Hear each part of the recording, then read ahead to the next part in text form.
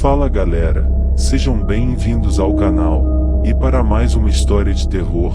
Se gosta desse tipo de conteúdo, não deixe de se inscrever no canal e deixar aquele like e ativar o sininho para receber notificações de novas histórias. Então bora para mais uma história de bruxas. Aquele ano, como todos os anos, celebramos a noite de consoado em casa dos meus pais, onde acostumava reunir-se toda a família. O nosso filho, que acabava de celebrar o segundo aniversário, foi o centro de atenção de todos. A verdade é que o jantar foi como de costume, agradável e abundante, aproveitando para falarmos dos nossos parentes e amigos. Essa foi a primeira ocasião em que meu irmão mais novo falou da doença da nossa prima Maria Teresa, que curiosamente era também a minha afilhada, uma rapariga de 17 anos cujo aniversário se celebrava em 31 de dezembro. O motivo de que nos referíssemos a ela foi porque se dizia que a sua saúde se tinha havido afetada ultimamente por um forte abalo. Pensei que podia tratar-se de uma gripe, que neste ano tinha sido bastante virulenta, já que eu mesmo a tinha padecido na primeira quinzena de novembro, chegando a guardar um par de dias de repouso. Meu irmão insistiu em que não era uma gripe e que o meu tio José, o pai da rapariga, tinha lhe dito que os médicos não sabiam explicar de que se tratava. A aldeia na que vivemos chama-se Oroso, na freguesia de São Martinho de Oroso, e, ainda que o município leve o nome da nossa aldeia, chegando em ocasiões a residir nela a Câmara Municipal, a verdade é que a vila mais povoada é Sigueiro, na estrada de Santiago a Corunha, onde se encontra a famosa ponte que sobre o Tambre mandara construir Fernão Pérez de Andrade, o Bom, e no que houve grande luta na época da Revolução Liberal de 1846, que conheceu o meu avô. Como vivemos numa aldeia que não ultrapassa os 200 habitantes, as nossas casas encontram-se muito perto as umas das outras. A minha está na margem esquerda da estrada, a olhar da parte de Santiago, e chega-se ela descendo por um caminho enlameado a maior parte do ano, que se abre mesmo ao lado da igreja de São Martinho, em cujo pequeno cemitério foram enterrados desde sempre os nossos mortos. Para chegar à casa do meu tio apenas devemos cruzar a estrada, por onde chega a diligência da Corunha. Como o dia do aniversário da minha afilhada estava perto, ao nascer o novo dia, que era o de Natal, depois de realizar as tarefas próprias da estação, decidi passar pela sua casa para comprovar como estavam as coisas. A porta de madeira estava fechada e tive de bater várias vezes antes que me abrissem. Quando falei com o meu tio José e perguntei pela minha afilhada, a resposta e tom de voz não deixaram lugar a dúvidas. Parecia que a rapariga tinha desmelhorado muito na última noite e que estavam começando a ficar sem esperanças. Por essa razão entrei para vê-la. Como conhecia bem a casa, não tive problemas para dirigir-me ao seu quarto, que fica no andar superior, ainda que antes estivemos conversando um bocado à lareira, matando a fome com um pouco de queijo e pão e bebendo um copo de vinho do país. Quando comprovei o estado em que se encontrava a rapariga, o meu coração sofreu uma grande impressão. Tinha 17 anos, ainda na flor da sua juventude, e parecia que lhe caíram em cima todas as calamidades do mundo. E dizer que não havia um mês tínhamos ido com ela à feira da Foca Velha, em Sigueiro, onde ainda se encontrava perfeitamente de saúde. Era tal a sua palidez que parecia meio morta. Os seus pais comentaram-me que já tinham chamado o médico, e que vieram sábado à noite, havia 3 dias. Segundo me informaram, o médico disse-lhes que a sua debilidade e consequente palidez poderia ter-se devido a uma perda de sangue, como se tivesse tido uma hemorragia muito forte nas horas prévias. Aquilo era impossível, e asseguraram, e porque ainda não tinha chegado a sua época de menstruação, e a menina não tinha saído de casa na última semana, desde que começou a pôr-se assim. Uma das coisas que mais me estranhou, apesar de não conhecer a medicina, foi que o médico não soubera dar uma explicação lógica ao que tinha. E o mais curioso era que a menina não deixava de rascar-se o dorso da mão, entre o polegar e o indicador, onde tinha uma pequena inchação, como se a tivesse picado um mosquito. É possível que a tenha picado um mosquito ou uma mosca, e informou-me o seu pai. Esta noite havia uma mosca muito grande negra no seu quarto quando vim vê-la, a dançar à luz da lua.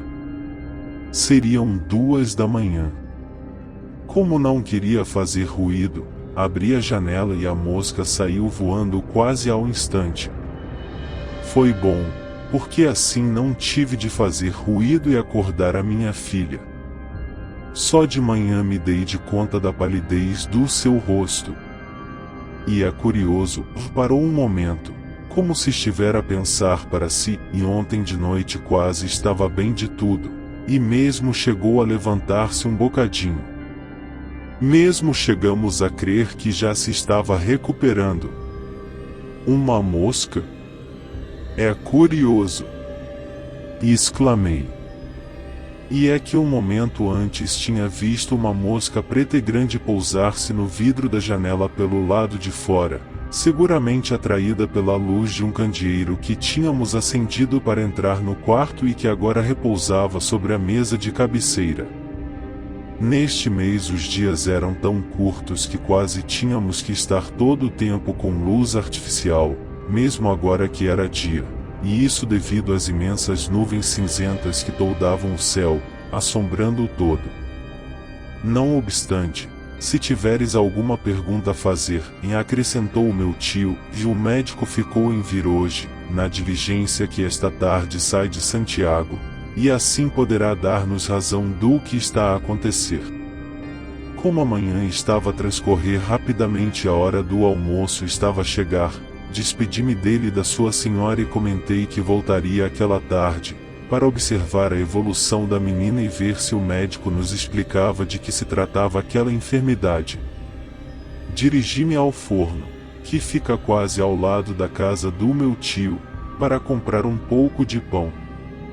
O certo é que a senhora Edelmira, depois de lhe eu pedir um molete de pão, perguntou-me que tal se encontrava Maria. Ainda que não tivesse interesse em que os nossos assuntos andassem em boca da gente, como parecia que o caso era já sabido, e como a Edelmira era uma mulher entrada em anos e com muito mundo, decidi dar-lhe umas indicações de como tinha visto a rapariga. Isso é de um mal de olho, assegurou, quando rematei a explicação. Uns anos atrás passou o mesmo ao Pepe de Barreiro, quando era rapaz. Tinham-lhe botado o mal de olho e ninguém sabia quem fora a causa, ainda que houve quem disse que fora por culpa de uma meiga. O menino ia mesmo ficando.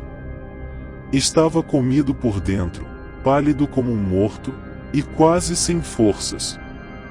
Foi por isso que sua mãe o levou ao São Pedro Mártir, em Belvis, lá em Santiago, e como a coisa se não arranjava, tiveram de chamar a mesinheira Doce de Sigueiro, que ao final conseguiu pôr as rodas nos seus eixos. Se tendes algum problema assim, ide à sua procura, ainda que creio que morreu. Chamava-se Josefa da Fonte, e agora parece-me que é a sua filha que atende os doentes. A senhora compõe ossos e a mesinheira, e talvez possa saber de que se trata se lhe consultais o assunto. O que posso dizer-te é que o médico não lhe fará nada.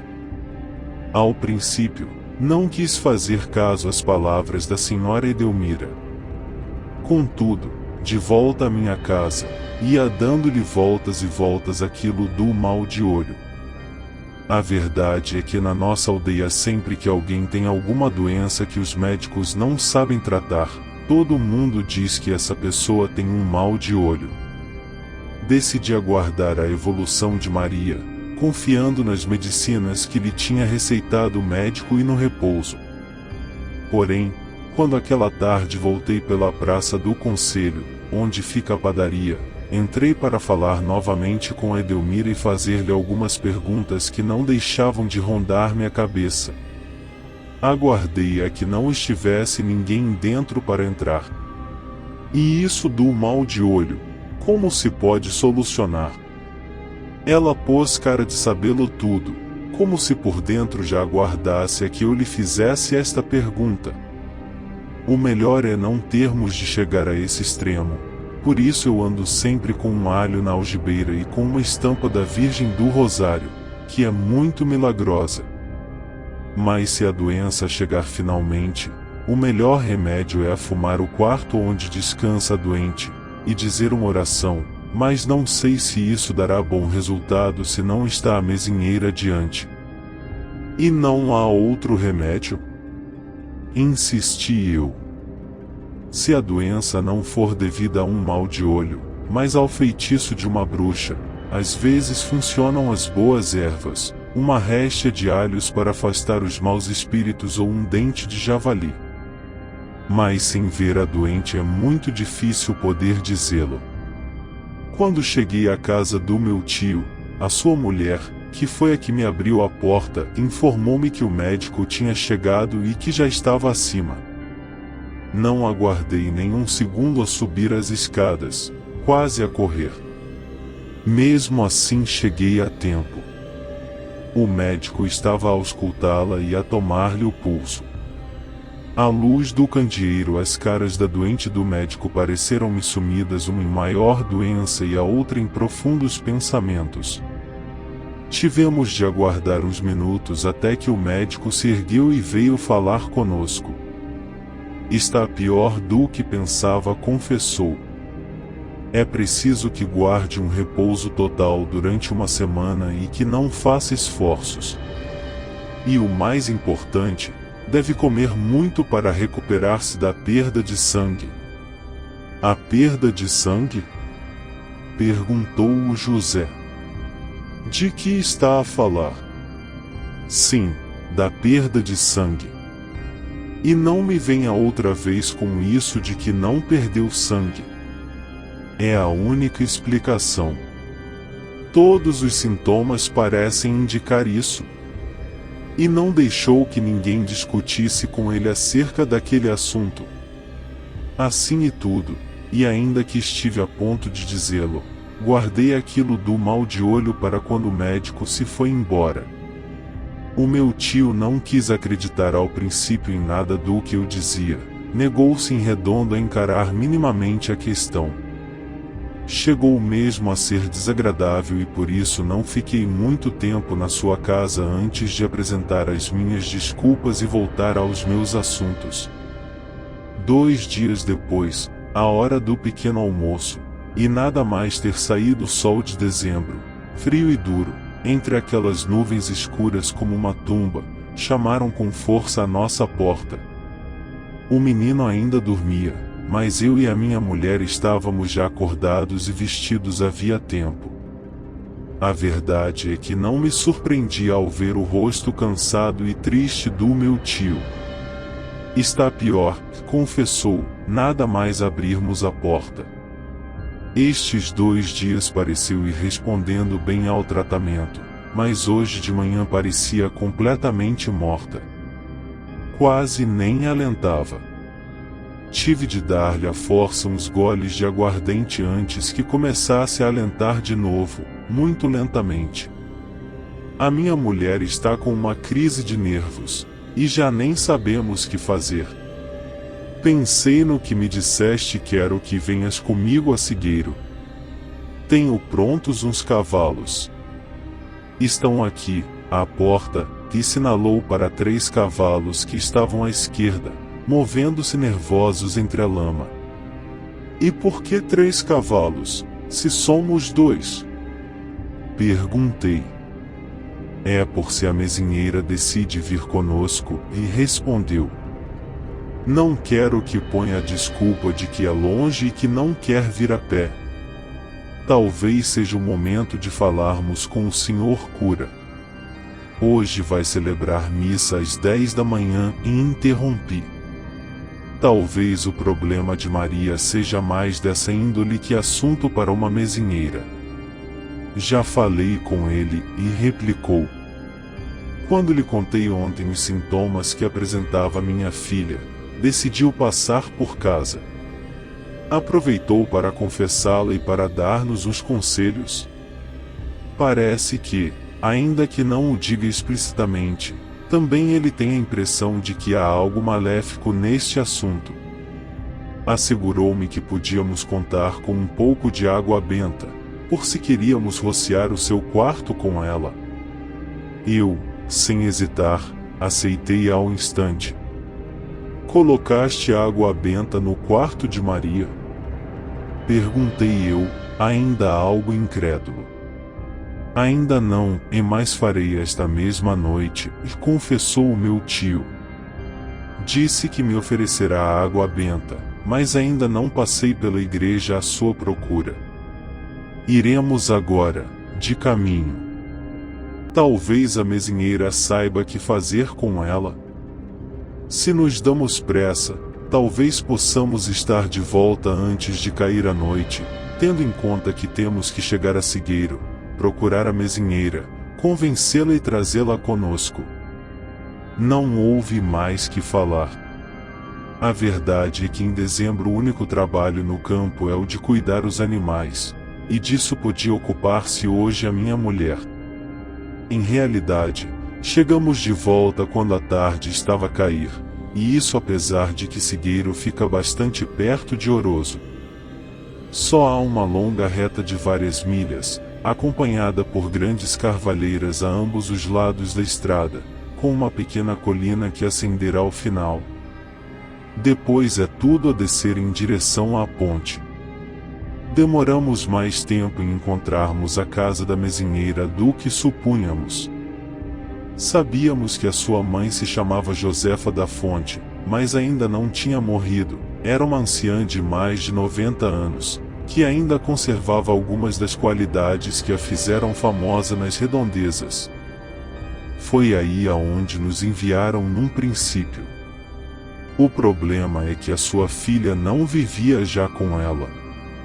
Tinha se casado havia bastantes anos com um camponês endinheirado e só muito ocasionalmente se dedicava a prestar atenção às pessoas que lhe solicitavam ajuda, e mesmo assim depois de muito insistir.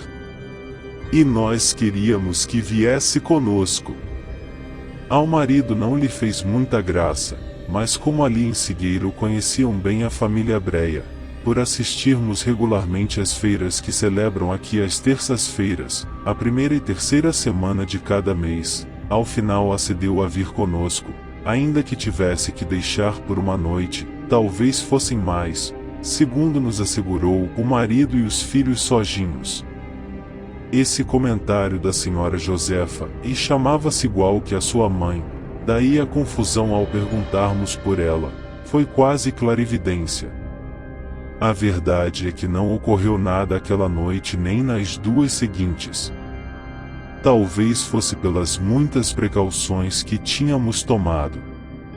A senhora Josefa tinha trazido muitas ervas consigo, numa saca grande, uma réstia de alhos, dentes de javali e de outros animais, e aquela primeira noite tinha realizado uma pequena cerimônia no quarto de Maria. Acenderam uma pequena fogueira aos pés do leito em que ficava a rapariga e salmodiaram uma oração entre dentes enquanto o fumo cobria a menina. Não percebi muito do que dizia, mas depois de 3 noites a minha afilhada apresentava um aspecto bastante melhor do que a noite em que chegou Josefa. A mulher do meu tio dizia que era pelos remédios que nos dera o médico e o meu tio que era pelos da mezinheira. Talvez os dois tivessem razão, pensei eu para mim. Chegamos à noite do 31 de dezembro. O aniversário de Maria Teresa foi quase animado, tendo em conta as circunstâncias. A senhora Edelmira trouxe uma torta de amêndoa, que encomendáramos para a ocasião, e mesmo vieram vê-la algumas amigas e alguns dos nossos familiares, entre eles a minha mulher com o meu filho. Quando as sombras do lusco-fusco começaram a adensar-se e a noite cobria já a terra, Josefa chamou-nos a um lado para fazer-nos uma pequena confissão. Hoje é a noite de São Silvestre. Uma noite estranha na que alguns acreditam que as bruxas se reúnem em conciliábulo. Já sabeis o dito. Precisamente esta noite a bruxa que tem estado atacando a rapariga tentará fazer uma última tentativa. Se conseguir o seu propósito, Maria Teresa morrerá e ela poderá apresentar-se esta noite perante o seu amo com uma grande conquista. Por isso tendes que estar bem atentos. A bruxa pode entrar em casa cruzando os ares, transformada em mosca ou em qualquer outro animal, ou arrastar-se pelo solo convertida num rato. De qualquer maneira, devemos estar atentos e não adormecer. O cheiro do alho e uma taça de café poderão manter-nos acordados. Se a bruxa, apesar das nossas precauções, consegue entrar em casa, é possível que se pouse no corpo de Maria. Só são necessários os instantes e a menina morrerá. Por isso devemos berrar forte nesse mesmo momento, em São Silvestre, meigas fora, e lançarmo-nos contra ela para matá-la. No caso de que hoje não consiga entrar em casa, a menina estará livre por agora, porque até o dia de São João a bruxa não fará uma nova tentativa. Eu vou munir-me com um ramo de aveleira, que, segundo consta, é a melhor defesa contra as bruxas. A noite transcorreu como tinha dito Josefa. Estávamos os três sentados, no quarto da menina, que parecia ter um sono agitado. As horas progrediam no relógio que se encontra no dormitório do meu tio, no andar de abaixo, e chegavam apagadas aos nossos ouvidos. Chegavam apagadas, mesmo assim ia se aproximando lentamente a meia-noite do dia de São Silvestre. Ocorreu o que nos tinha avisado Josefa. Embora estivéssemos envoltos em sombra, tivéramos a precaução de termos acendido uma lanterna furta-fogo, dessas que podem dar luz no momento desejado. O cheiro era suave, mas ainda assim bastante perceptível. Quando o relógio marcou 11h30, tentei prestar ainda uma maior atenção. Só uns minutos depois ouvi à minha direita esse ruído característico que fazem as moscas ao mover as asas. O ruído vinha da porta interior, que dava ao corredor que levava ao andar de abaixo. A mosca passou roçando meu cabelo e se dirigiu ao leito onde Maria Teresa se agitava em sonhos. A um instante cessou o ruído das asas. Ainda assim a mesinheira demorou uns segundos em dar luz à lâmpada, e esse tempo pareceu-me quase interminável. A tensão ia subindo no meu coração e estive a ponto de berrar. Graças a Deus não tive de aguardar por mais tempo. Quando se acendeu a luz, vi a mosca pousada no pescoço da minha afilhada. Era uma mosca grande e negra, com uma cabeça horrível de cor verde azulada. Por um segundo tive mesmo a impressão, no jogo de luzes e sombras da lanterna, de entrever desenhada na parede branca do fundo, uma figura humana, escura e como embrulhada sobre si mesma, que se debruçava sobre o corpo da menina. Josefa e o meu tio berraram aquele São Silvestre, meigas fora, que tínhamos aprendido. Eu fiz o mesmo, um segundo depois. A mosca foi apanhada de imprevisto. Por isso, quando ergueu o vôo, pareceu ir completamente desorientada até que bateu com a parede, voando em círculos a uns centímetros da pedra coberta de cal. Nesse momento o ramo de aveleira foi arremessado contra a mosca, que ficou machucada na parede. Quando a mesinheira retirou o ramo da aveleira, todos vimos horrorizados como uma pinga de sangue vermelho escorregava pela parede de cal, como se tratasse da primeira pincelada de um pintor numa tela ainda não preparada. De manhã a minha afilhada estava bastante melhor, e ainda que tivesse que guardar repouso durante uns dias mais, o médico, que veio outra vez vê-la, 2 dias depois, assegurou que se encontrava perfeitamente de saúde, e que mesmo poderia começar a dar algum passeio, quando assim o quiser. O mais estranho é que, segundo me disse a senhora Edelmira, na aldeia de Pinheiro, na paróquia vizinha de Santo Tomás de Vila Romariz, foi encontrada morta ao dia seguinte ainda no seu leito, uma mulher entrada em anos, de quem muitos asseguravam que se tratava de uma meiga Xuxona Tracy e que sempre gostara de se intrometer em assuntos que não eram os seus, sem deixar de falar mal das pessoas, metendo cisâneas entre amigos e fazendo com que toda a vizinhança andasse pelejada. Há também os que dizem que ela fora que causará o mal de Pepe de Barreiros, e que se vira misturada na morte de 2 crianças, uma de Rial e a outra de Castro, na sua mesma paróquia. Josefa, a mesinheira, não quis cobrar-nos nada, apesar de lhe insistirmos nisso, e só aceitou levar para os seus 2 filhos umas guloseimas que lhe preparou a senhora Edelmira e a minha mulher. Na nossa família, quando se fala do caso, e sempre que passamos pela ponte de Sigueiro, há sempre alguém que lhe conta o conto às crianças, como eu faço agora contigo, meu filho. Fim. Se gostou, deixa o like e não esqueça de se inscrever no canal.